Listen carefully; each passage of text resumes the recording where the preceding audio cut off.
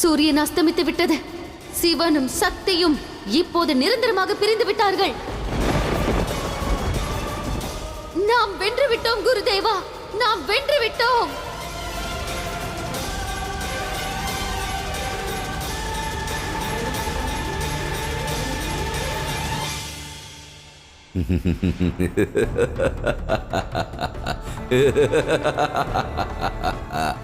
என்ன மகாதேவா, எதைக் கண்டு நீ அஞ்சினாயோ அது நிகழ்ந்து விட்டது.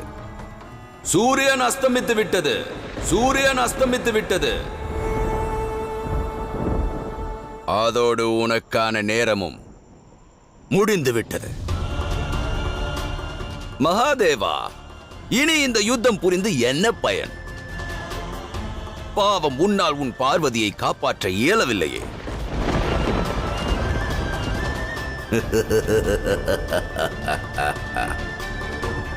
தேவி பார்வதி,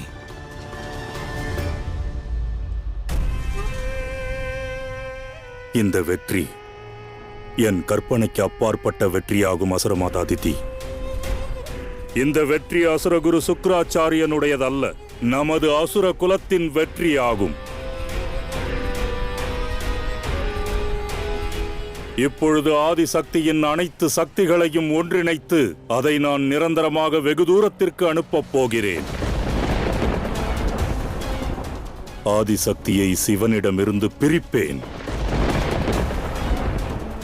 விரைந்து செயல்படுங்கள். உடனடியாக தாங்கள் ஆதிசக்தியின் சக்திகளை பறித்து விடுங்கள். எதற்காக பல வருடங்கள் நாம் காத்திருந்தோமோ அத்தருணம் வந்துவிட்டது. நாம் வென்று விட்டோம் அசுரமாதா, நாம் வென்று விட்டோம் அசுரகுரு.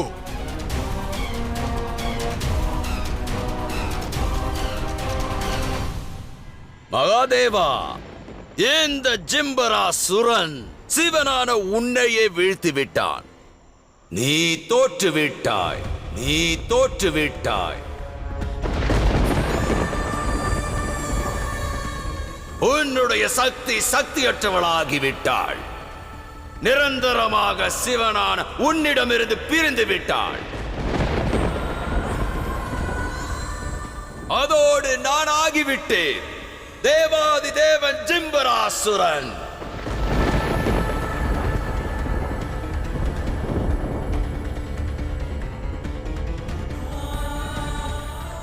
செல் மகாதேவா, செல். என் கண் முன் நிற்காதே. நீ தோற்று உன்னுடைய பார்வதியை இழந்து விட்டாய்.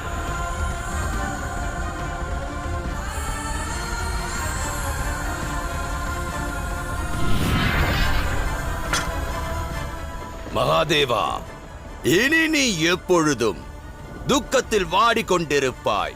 ஆனால் நான் இங்கிருந்து இப்பொழுது புறப்படுகிறேன் மகாதேவா. உன்னுடைய பார்வதி இருக்கும் இடத்திற்கு, அவளுடைய நிலையை காண. நிரந்தரமாக அவளின் சக்தியை பறிப்பதற்கு. ஜிம்பராசுரா,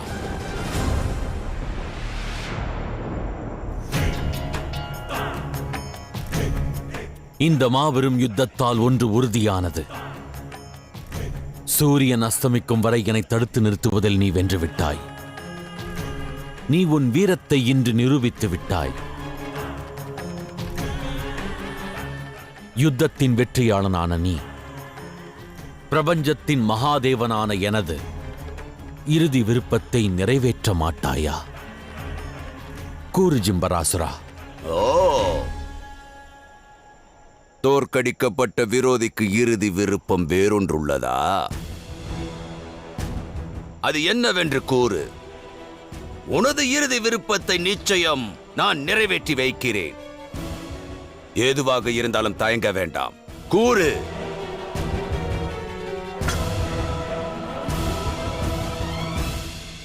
சிவனிடமிருந்து சக்தி நிரந்தரமாக விலகிச் செல்லவிருக்கிறாள். இந்த பிரிவிற்கு முன்பாக ஒரே ஓர் முறை நான் சக்தியை காண விரும்புகின்றேன். ஒரு முறை மட்டுமே.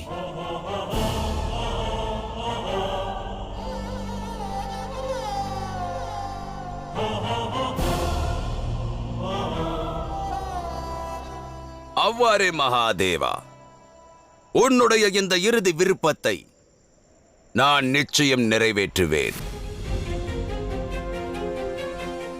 என்னுடன் வா, செல்லலாம்.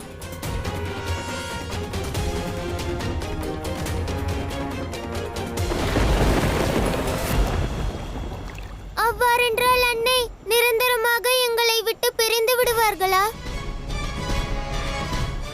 சக்தி இல்லாமல் இவ்வையகமும் இயங்காது, சிவனும் இயங்க மாட்டார். என்ன நடக்கிறது நாராயணா? ஏதேனும் கூறுங்கள். உண்மையில் மகாதேவர் தோற்றுவிட்டாரா?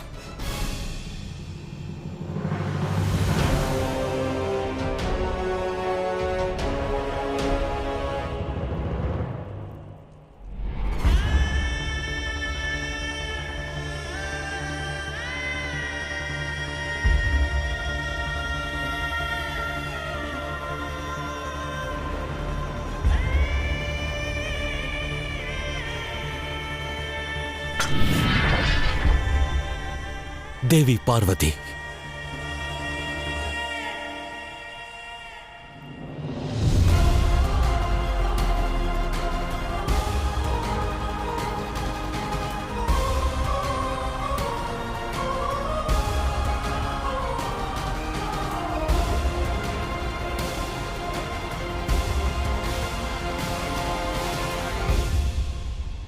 மகனே, என்ன காரியம் செய்து விட்டாய்? மகாதேவரை ஏன் அழைத்து வந்தாய்? கவலையின்றி இருங்கள் தாயே. சூரியன் அஸ்தமித்து விட்டது. இந்த சிவனால் என்ன முயற்சி செய்தாலும் சரி, என்னை ஏதும் செய்ய முடியாது.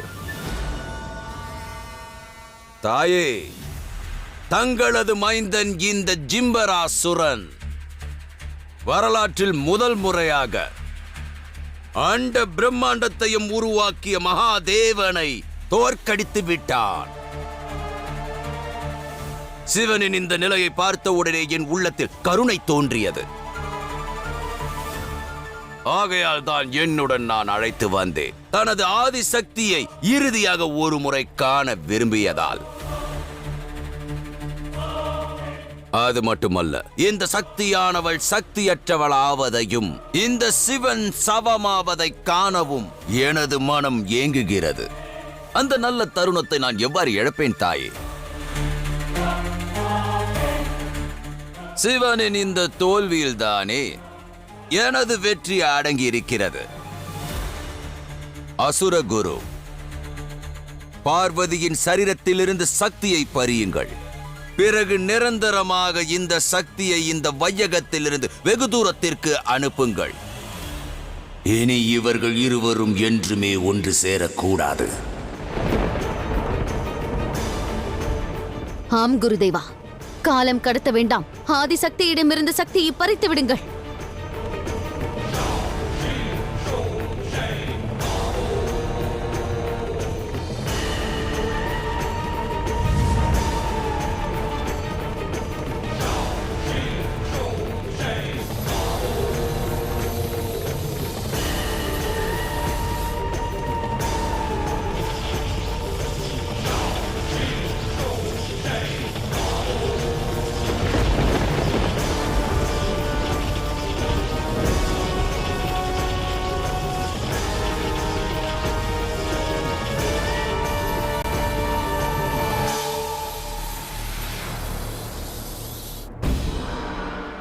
என்னாயிற்று குருதேவா? தங்கள் சக்திகள் ஏன் செயல்படவில்லை? ஆதிசக்தியின் சக்திகளை பறித்து விடுங்கள். அதற்குத்தான் முயற்சிக்கிறேன். ஆனால் எனது அனைத்து முயற்சிகளும் இப்பொழுது செயலற்று போகிறது. ஏதோ ஒரு தவறு நடக்கிறது. அசுரகுரு, மீண்டும் ஒரு முறை முயற்சித்து பாருங்கள்.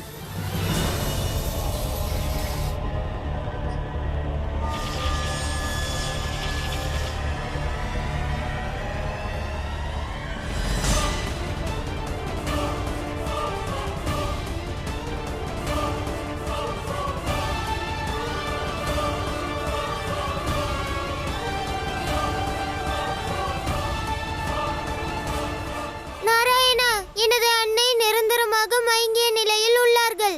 சிவசக்தி பிரிந்து விட்டார்கள். ஆனால் தாங்களோ நகைக்கிறீர்கள். கணேசா, பிரயாகத்தின் முதல் கும்ப நீராடலே அசூபமானால் பிரபஞ்சத்தோர் இங்கு நீராட எவ்வாறு வருவார்கள்? இக்கதை இதோடு முடியவில்லை. சுக்கிராச்சாரியாரின் வேள்வி மற்றும் மகாதேவரின் முயற்சி இரண்டும் இக்கதைக்கு புதிய திருப்பத்தை தரப்போகிறது.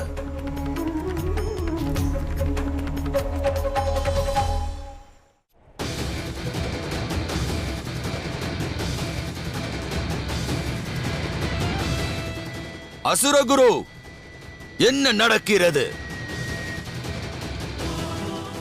குருதேவா, எதற்காக தாமதப்படுத்துகிறீர்கள்?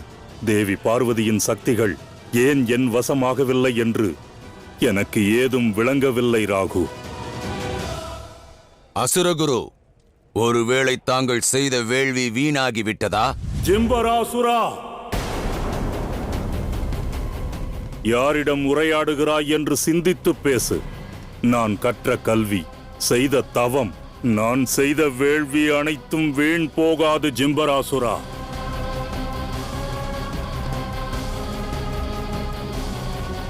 சூரியன் அஸ்தமித்ததற்கு பிறகு பிரபஞ்சத்தில் உள்ள எந்த ஒரு சக்தியாலும் ஆதிசக்தியின் சக்திகளை நான் பறிப்பதிலிருந்து தடுக்க இயலாது. பிறகு என்ன ஆயிற்று குருதேவா?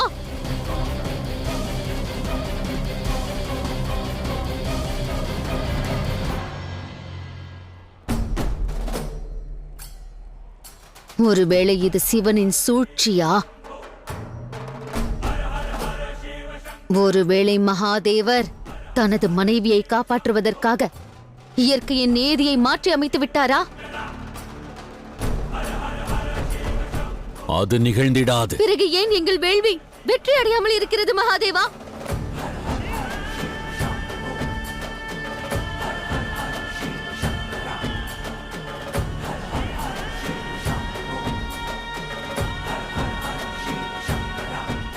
ஏனெனில் சூரியனின் அஸ்தமனம் இதுவரை நிகழவில்லை. இதுவரை நிகழவில்லை.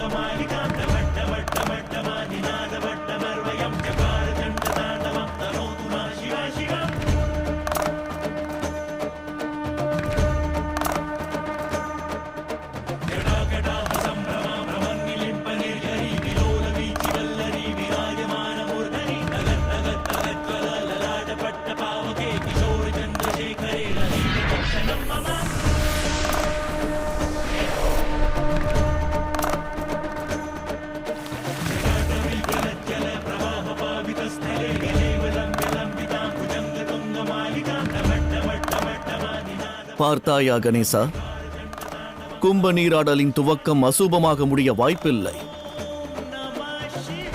சூரியன் அஸ்தமிப்பதற்கு முன்பாகவே மகாதேவர் தேவி பார்வதியை கண்டறிந்து விட்டார்.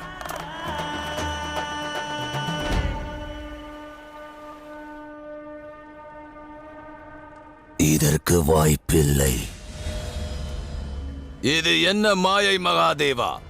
இது மாயை அல்ல.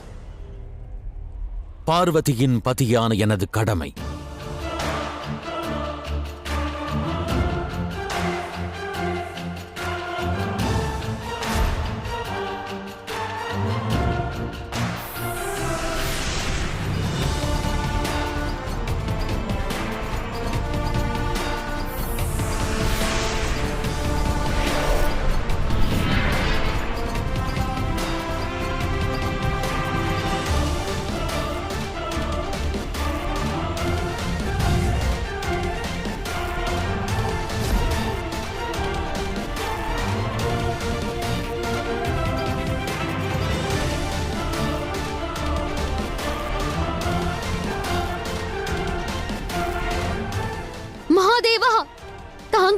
எங்களுக்கு துரோகம் செய்து விட்டீர்களா?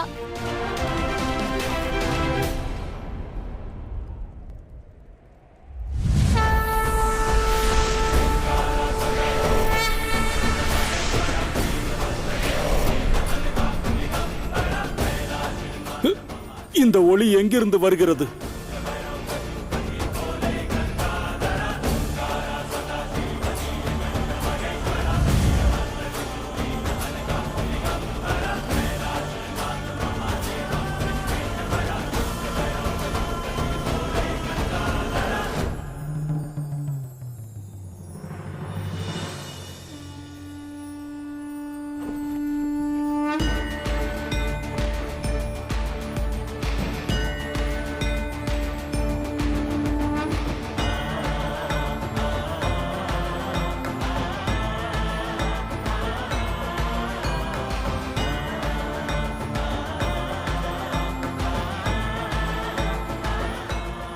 சுக்கராச்சாரியரே, ஒருமுறை இந்த சிவன் சதியை இழந்து நின்றான்.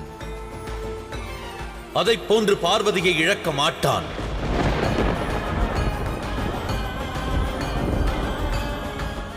தாங்கள் எத்தகைய சதித்திட்டம் தீட்டினாலும் சரி, தங்களின் சதித்திட்டம் யாவிற்குமே சிவனானவன் தீர்வினை கண்டறிவான்.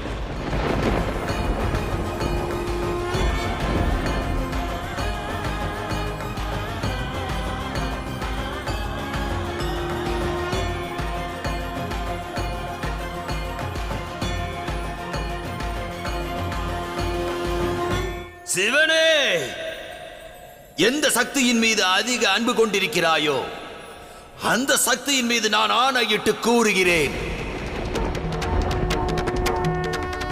என்னை சம்ஹாரம் செய்யாமல் இந்த இடத்தை விட்டு உன்னால் கைலாயத்திற்கு நிச்சயமாக செல்ல முடியாது. சிவனே,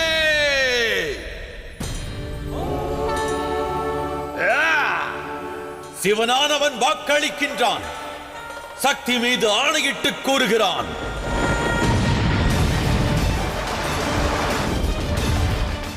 எப்பொழுது உனக்கான சம்ஹாரம் ஒன்று நிகழ்கின்றதோ சிவனானவன் அதுவரை கைலாயம் திரும்ப மாட்டான்.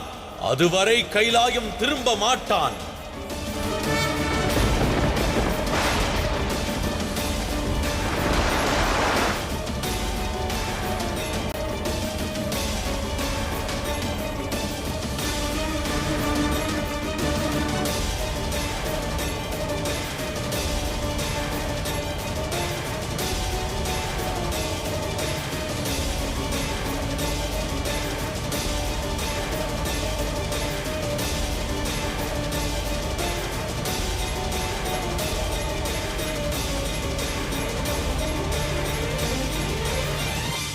மகாதேவா, மீண்டும் தோற்றுவிட்டோம்.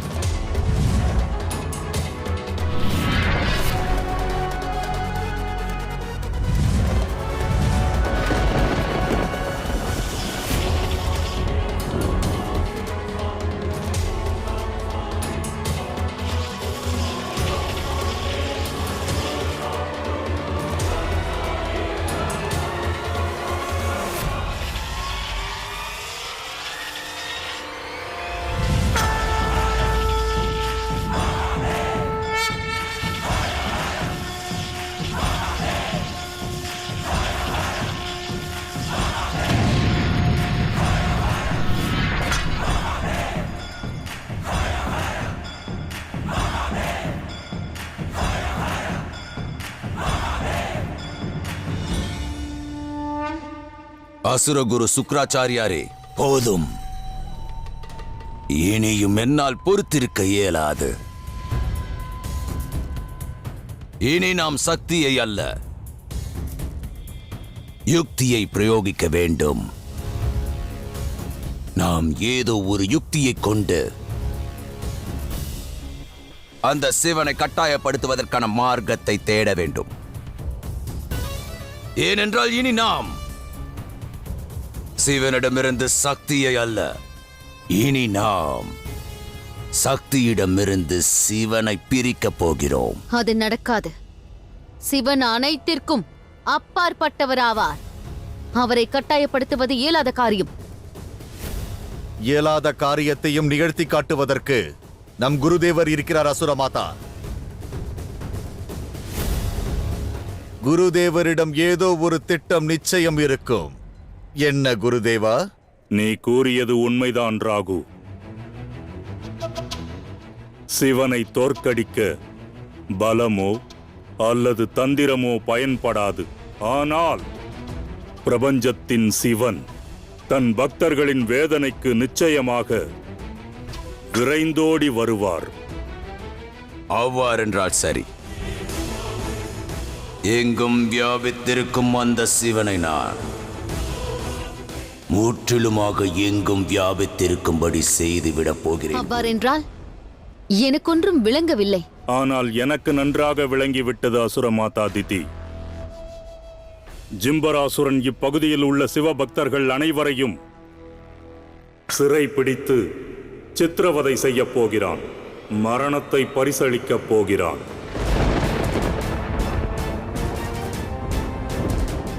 பக்தர்களின் அழுகுரலை கேட்ட பிறகு மகாதேவர் அவர்களை காப்பாற்றுவதற்காக நிச்சயம் வருவார்.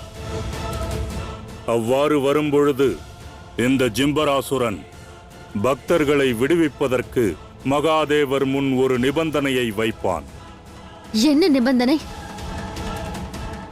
தாயே, சிவனின் முன்னிலையில் நான் ஒரு நிபந்தனையை வைப்பேன். சிவன் முழு மனதுடன் தன் விருப்பப்படி காற்றில் கரைந்து விட்டால் பிறகு சிவனின் ரூபத்திற்கு என்றும் மீளக்கூடாது என்று.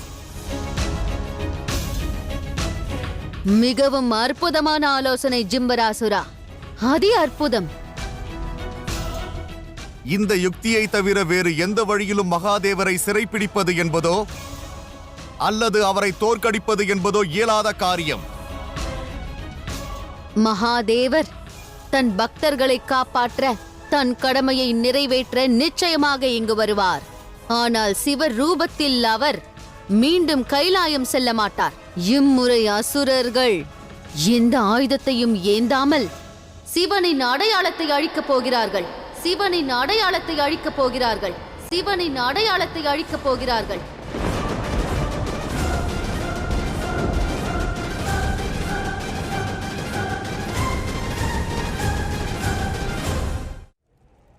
நல்ல ஆலோசனை ஜிம்பராசுரா. வெற்றி உனக்கே மகனே. ஜிம்பராசுரா, நீ வெற்றி பெற வேண்டும் என நான் வாழ்த்துகிறேன். வெற்றி உனக்கே. தயாராக இருங்கள் பிரபஞ்சத்தோரே. எங்கும் வியாபித்திருக்கும் சிவன் அணு அணுவாக காற்றில் கரைவதைக் காண. எந்த சிவன் தன் உடலைக் கொண்டு இங்கும் அங்கும் அலைகின்றானோ, தனது சக்தியைக் கொண்டு தர்மத்தை நிலைநாட்டுகின்றானோ, வெகு விரைவில் அந்த தேகம் காற்றில் கரையப் போகிறது. பிரபஞ்சத்தில் சிவனை இல்லாத போது பிறகு தர்மத்தை யார் நிலைநாட்டுவார்கள்? மகாதேவா, இந்த ஜிம்பராசுரன் உன்னை தோற்கடிப்பதற்கான மார்க்கத்தை கண்டறிந்து விட்டான்.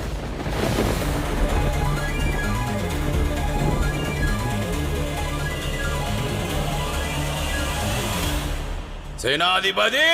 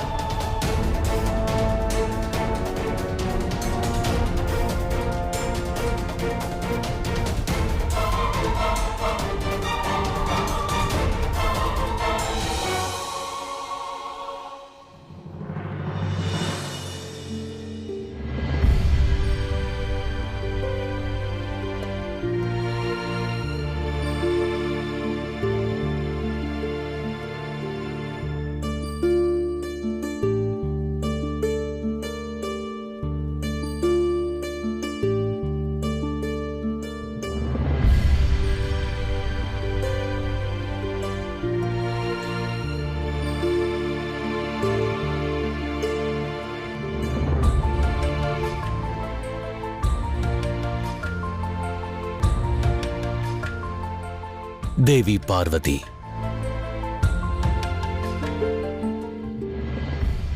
கண் திறந்து பாருங்கள்.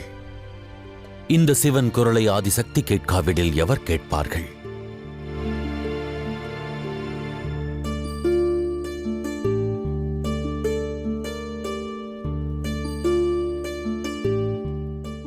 என் குரல் ஒலியை கவனித்திடுங்கள்.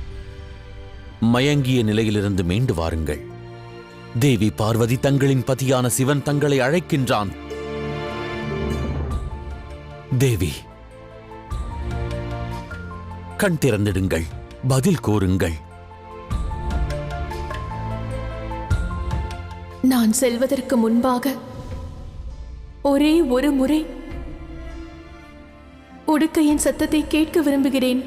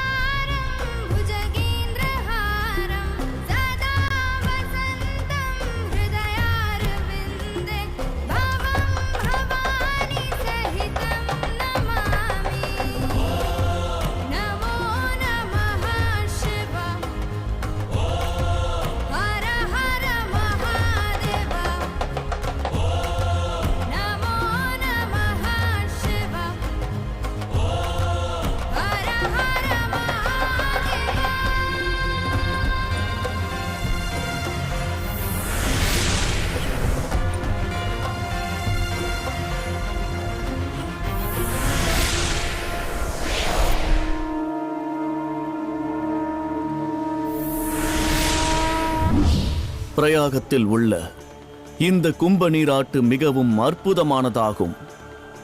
அறியாமையில் நாம் செய்த பாவங்களுக்கு விமோசனம் தருகிறது. தேவர்கள், ரிஷிகள் மற்றும் பக்தர்களின் மனதினை இது தூய்மைப்படுத்துகிறது.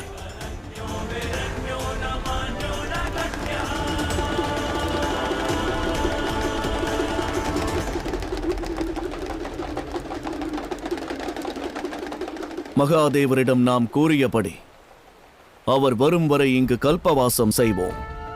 பிரபஞ்சத்தின் அனைத்து கவலைகளிலிருந்தும் மோக மாயையிலிருந்தும் நாம் விடுபட்டு இருப்போம்.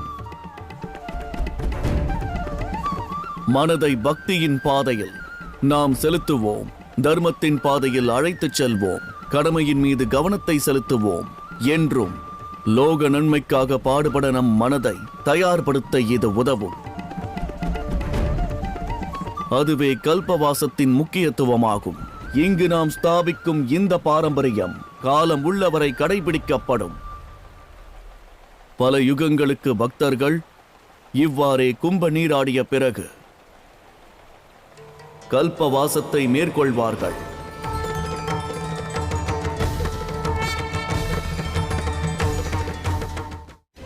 நாங்கள் என்ன தவறு செய்தோம்? எங்களை விட்டு விடுங்கள். எங்களை விட்டு விடுங்கள்.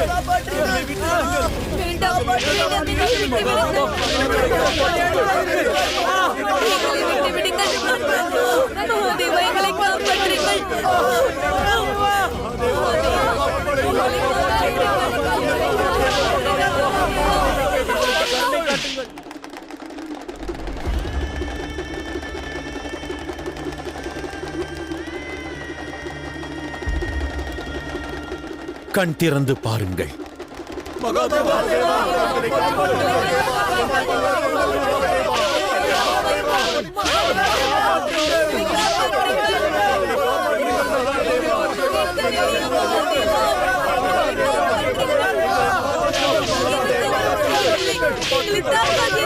இந்த காவேரி நதியிலிருந்து சிறிது நீர் கிடைத்தவுடன் அனைவரும் தேவாதி தேவர் சிம்பராசுரரை மறந்து விட்டீர்களா?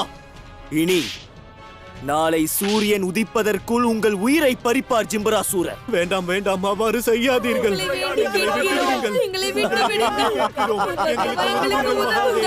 பதில் கூறுங்கள்.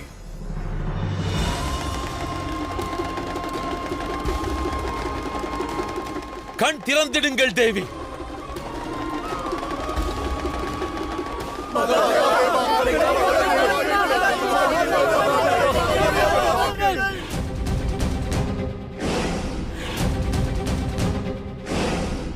கருணையை எதிர்பார்க்கிறீர்கள் என்றால் காவேரி நதியை அனுப்பிய மகாதேவரிடம் கேளுங்கள். அவர் உங்களை காப்பாற்றுவார்.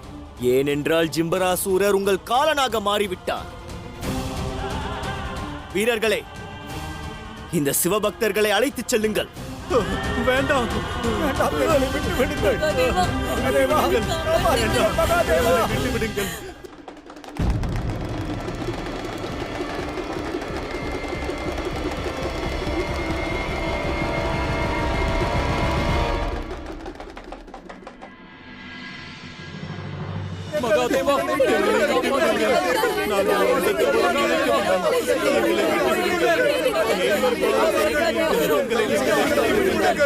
அவ்வாறுதான் உறக்க கத்துங்கள். எங்களை விட்டு விடுங்கள், நாங்கள் எந்த தவறும் செய்யவில்லை. எங்களை விட்டு விடுங்கள். உங்கள் சிவனை இங்கு அழையுங்கள். அந்த மகாதேவர் இங்கு வந்து உங்களை என்றால் என் பிடியிலிருந்து காக்க சொல்லுங்கள்.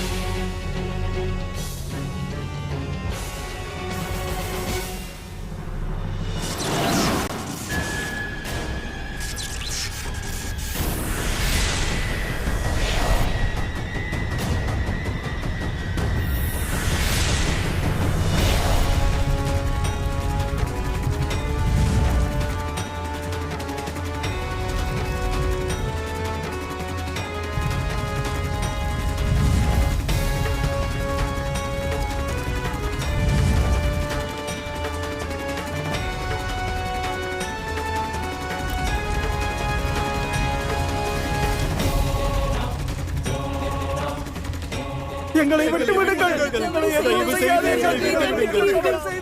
என்னிடம் அல்ல, அந்த மகாதேவரிடம் உதவ கூறுங்கள். சிவன் வந்தால் நீங்கள் அனைவரும் பிழைக்க வாய்ப்புண்டு. இல்லையே என் வீரர்கள் உங்கள் அனைவரையும் தீக்கிரையாக்கி விடுவார்கள்.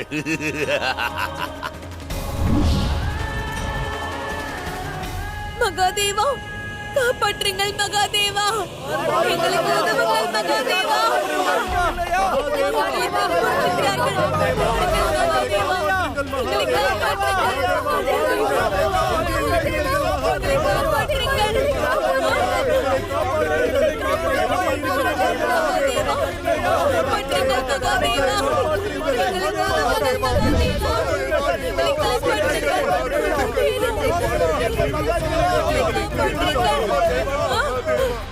தங்களது சிவனை உத்தேசம் அழைக்கின்றது. கண்களை திறந்திடுங்கள். எனது பக்தர்களை காத்திட நான் சென்றாக வேண்டும் தேவி. கண்களை திறந்திடுங்கள். பதில் கூறுங்கள். தேவி பார்வதி, தேவி பார்வதி, தேவி பார்வதி. ஓம் பார்வதியே நமக. ஓம் பார்வதியே நமக. ஓம் பார்வதியே நமக. ஓம் பார்வதியே நமக. ஓம் பார்வதியே நமக. ஓம் பார்வதியே நமக. ஓம் பார்வதியே நமக.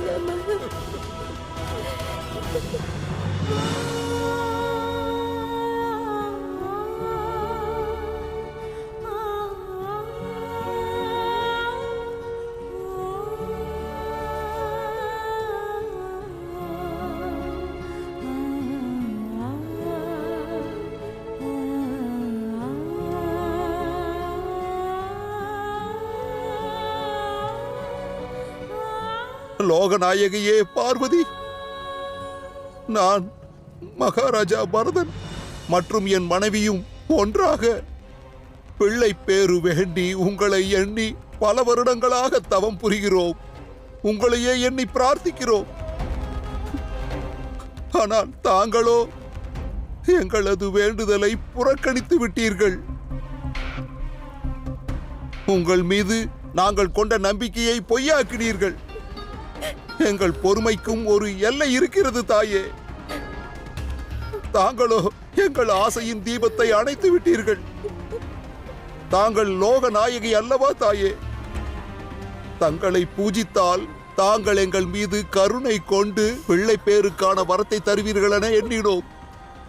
ஆனால் எங்கள் ஆசை நிராசையானது. எந்த வையகத்தில் எங்களுக்கு பிள்ளை பேரு கிடைக்கவில்லையோ அவ்வையகத்தில் நாங்கள் வாழ விரும்பவில்லை. இவ்வையகம் என் மனைவியை மலடி என்கின்றது. அந்த வேதனையை என்னால் பொறுக்க இயலாது, பொறுக்க இயலாது தாயே.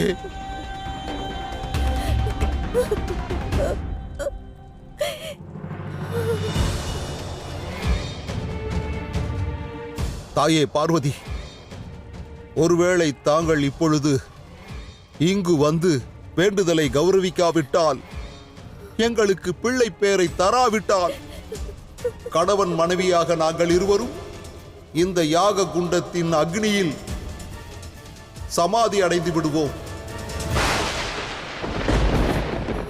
நாங்கள் இருவரும் எங்கள் உயிரை தியாகம் செய்வோம்.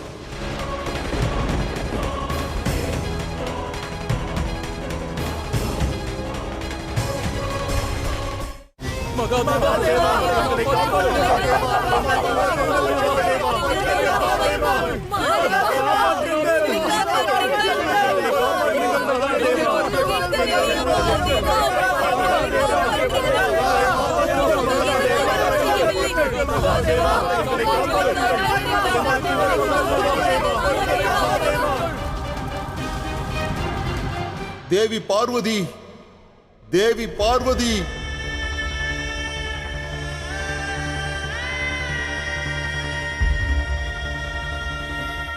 தேவி, பரத அரசரும் அவர் துணைவியும் அக்னியில் எரிந்திட ஆயத்தமாகிறார்கள். தேவி, சரியான நேரத்திற்கு அவ்விடம் நான் செல்லாவிடில் ஜிம்ராசுரன் சிவ பக்தர்களுக்கு மரண தண்டனையை வழங்கிடுவான். எங்களை விட்டுவிடுங்கள்.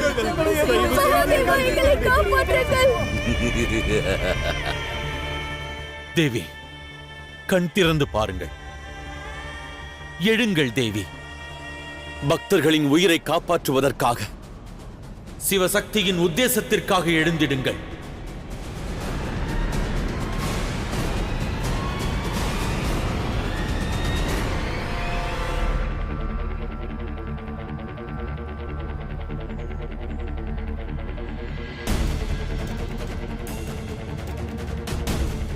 கண் திறந்திடுங்கள் தேவி. தங்கள் சிவன் அழைக்கிறேன்.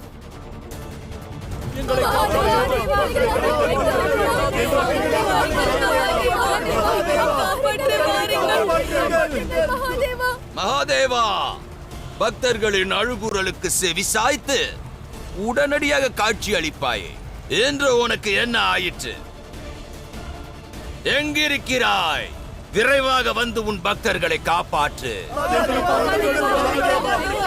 விரைந்து வா மகாதேவா, சீக்கிரம் வா.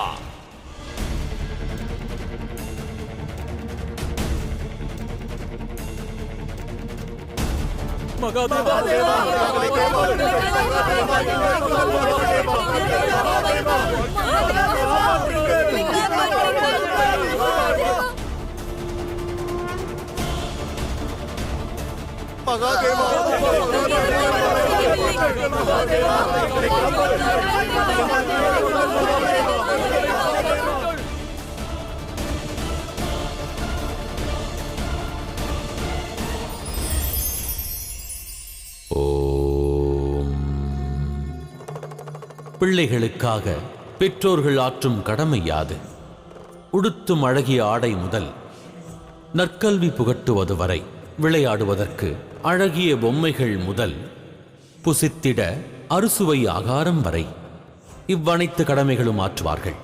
தங்கள் வாழ்நாள் முழுவதும் பிள்ளைகளுக்கு உகந்தவற்றை அளித்திடுவது நற்கடமை என்றெண்ணுவர். எனினும் ஓர் இன்பமான முழுமையான மானிடரின் வாழ்க்கைக்கு ஆதாரமானது அவர் ஈட்டிய பொருளோ அல்லது புகழோ அல்ல. ஒருவரின் வாழ்விற்கு மூலதனமே வழிவந்த கலாச்சாரம், பெற்றோர் மூலம் பயின்றிட்ட கல்வி, இளம் வயதில் பெற்றிட்ட ஞானம், கருணை, பரோபகார குணம், மனிதனை மனிதனாக கருதும் எண்ணம், ஜீவராசிகள் அனைத்திலும் பரிவு கொண்டிருப்பது, இவை யாவுமே ஒருவரை முழுமை பெறச் செய்யும். எவர் இதை கற்பிக்கின்றாரோ, தன் பிள்ளைக்கு எவ்வாறு வாழ்வின் அர்த்தத்தை உணர்த்துகிறாரோ, அவரே தான் பெற்றிட்ட அப்பிள்ளைக்கு மெய்யாகவே பேரன்பை பகிர்ந்திடுவார். ஆகையால் தங்களின் பிள்ளையின் வாழ்க்கை தனம் கொண்டு அல்ல, நல்லெண்ணத்தால் நிரம்பும். ஓ